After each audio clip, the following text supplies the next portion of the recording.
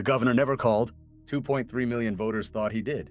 November 3rd, 2024, 3 days before the presidential election, Martha Reyes, 67 years old, received a phone call at 4:47 p.m. Caller ID showed Arizona governor's office.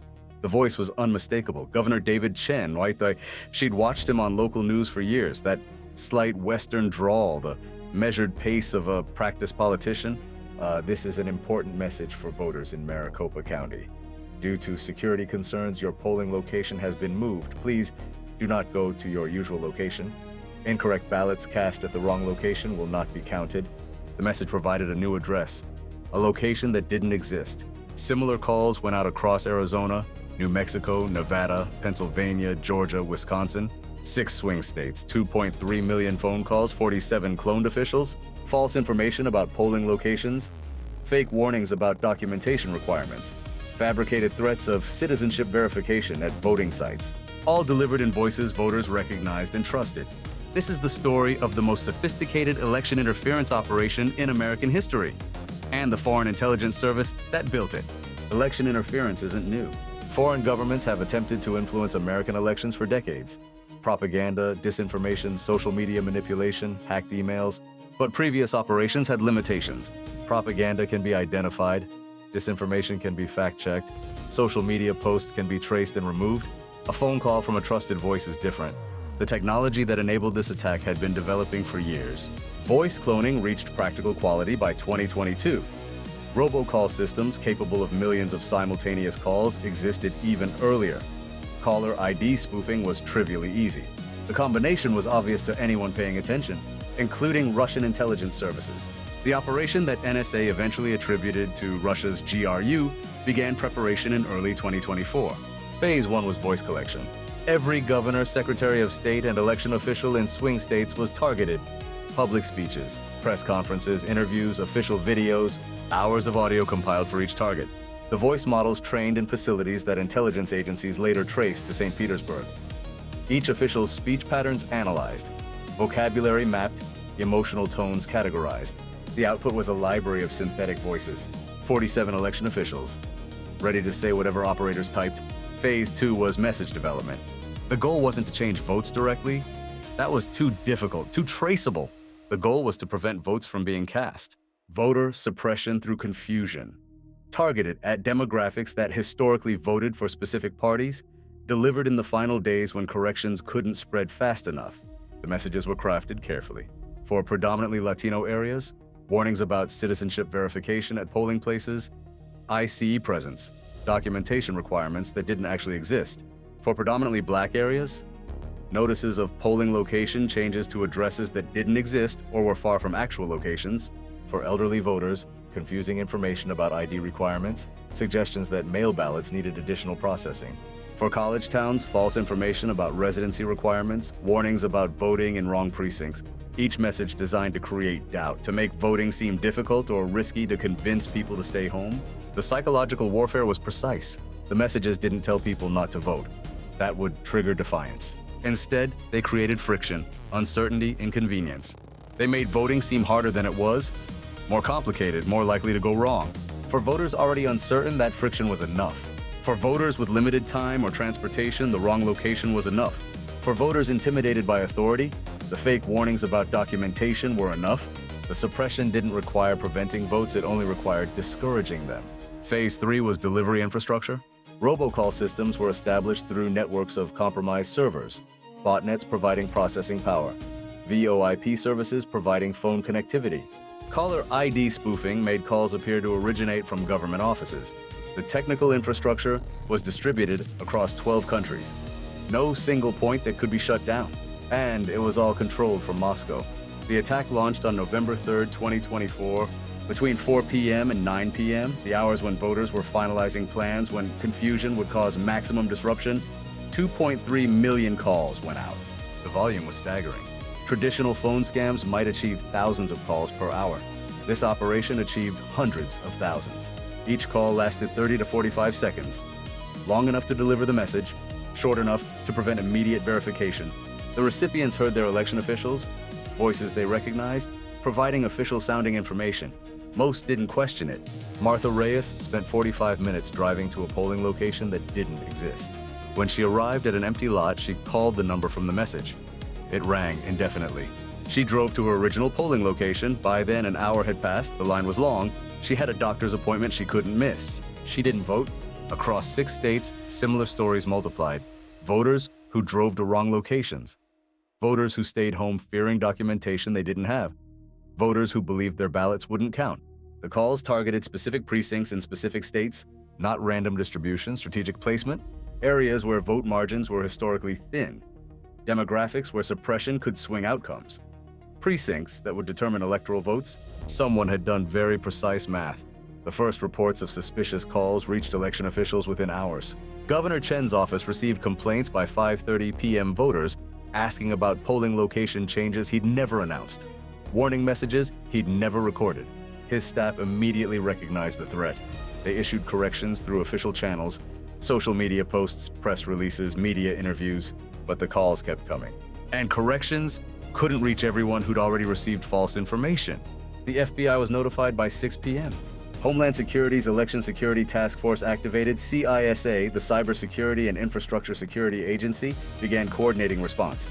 But the attack was already in progress. Stopping millions of robocalls in real time is nearly impossible. Like, the systems were distributed, the sources were overseas, the spoofed caller IDs couldn't be blocked without blocking legitimate government communications. All they could do was document and counteract, vote correctly. Information campaigns launched immediately.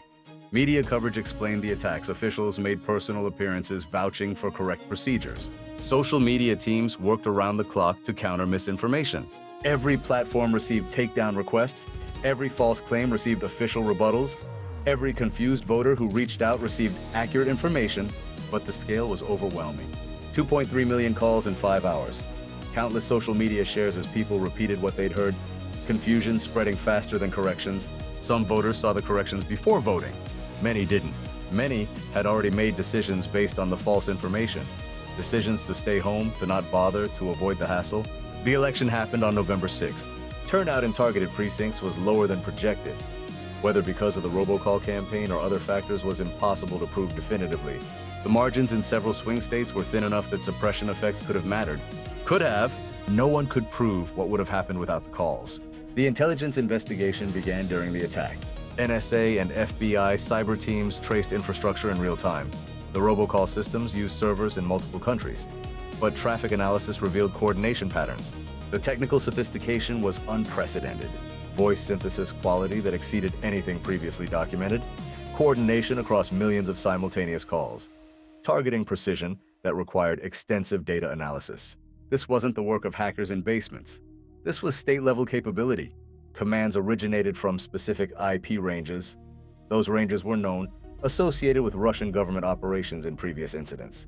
The voice synthesis technology showed specific signatures, particular AI architectures, training methodologies that matched systems documented in previous intelligence assessments.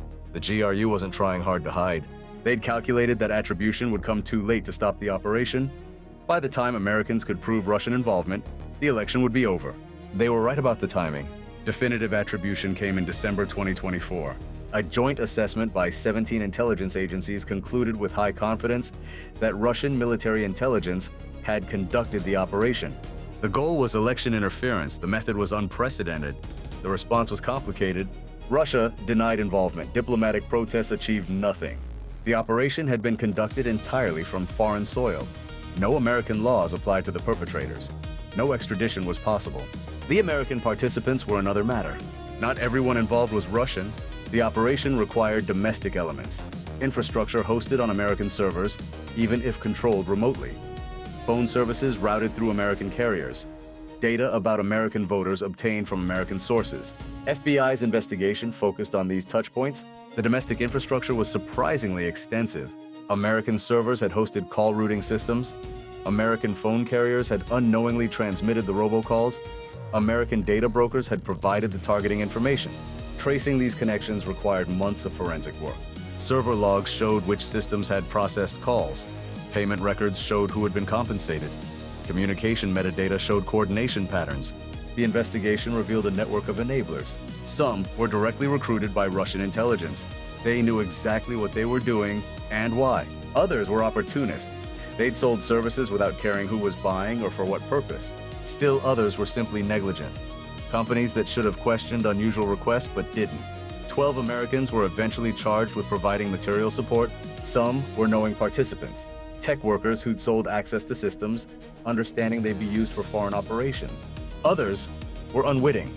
Employees at VoIP companies who'd processed unusual requests without questioning. Data brokers who'd sold voter information without considering its use. The knowing participants received serious sentences. Marcus Chen, no relation to the governor whose voice was cloned, was a network engineer who'd helped establish the robocall infrastructure. He'd been paid $400,000 through cryptocurrency. He received 18 years for election interference and conspiracy to defraud the United States. Sarah Williams was a data analyst who'd helped identify which voters to target. Her expertise in demographic modeling had been purchased through a shell company. She received 12 years. The total American arrests numbered 12. The Russians who'd planned and executed the operation remained beyond reach. The policy impact was immediate. Congress passed emergency legislation criminalizing AI-generated impersonation of election officials. The penalties were severe, up to 20 years for producing synthetic voice content intended to influence elections, up to 10 years for distributing such content, up to 5 years for knowingly providing infrastructure. The legislation passed with bipartisan support. Election integrity was one of the few issues that unified a divided Congress. The FCC implemented new requirements for voice authentication in robocall systems. Carriers were required to implement verification protocols. Calls from government numbers had to pass authentication checks. Spoofed caller IDs became harder to maintain. State election offices established verification protocols. Official messages would include codes that voters could confirm through separate channels. Multi-factor confirmation became standard. Official communications through multiple channels. Verification hotlines for uncertain voters. Public databases of legitimate contact information. Phone carriers deployed new detection systems for synthetic voice content. Whether these measures would stop the next attack remained uncertain. The technology continued to advance. Voice cloning now requires less training data. Detection becomes harder as generation improves. The next operation could use techniques not yet developed. The attackers had learned too. Russian intelligence services analyzed what had worked and what hadn't. They documented American responses. They studied detection methods. The next election interference operation would be more sophisticated, better disguised, harder to attribute. And the fundamental vulnerability persists. People trust voices they recognize. That trust evolved over millions of years of human communication. A voice meant a person. A familiar voice meant a known person. Technology has broken that connection. The voice on the phone might be the person you know, or it might be software generating sounds that trick your brain into recognition. There's no way to tell by listening alone. The governor never made that call, but his voice made it anyway. And 2.3 million voters heard what sounded like official information. Some of them stayed home. Some of them went to wrong locations. Some of them didn't vote. The election happened regardless. Democracy continued. But something had been damaged that couldn't be measured in vote counts. Trust. And voices and institutions and the basic idea that what we hear is real. The next election will bring new attacks. New voices cloned, new messages fabricated, new confusion sown. The defenses will be better. The attacks will be better too. If you receive a phone call from an official voice telling you something about voting, verify independently. Call the official number, check the official website, confirm through channels you control. The voice might be real. It might not be. In the age of AI, the only certainty is uncertainty. The 2024 attack was sophisticated, the next will be more so. The defenses are improving, the attacks are improving faster. And the fundamental target, human trust in human voices, remains as vulnerable as ever. The election happened, democracy continued, but something had been damaged. The governor never called, but someone wanted you to think he did. And in an election decided by thousands of votes, that confusion was the point.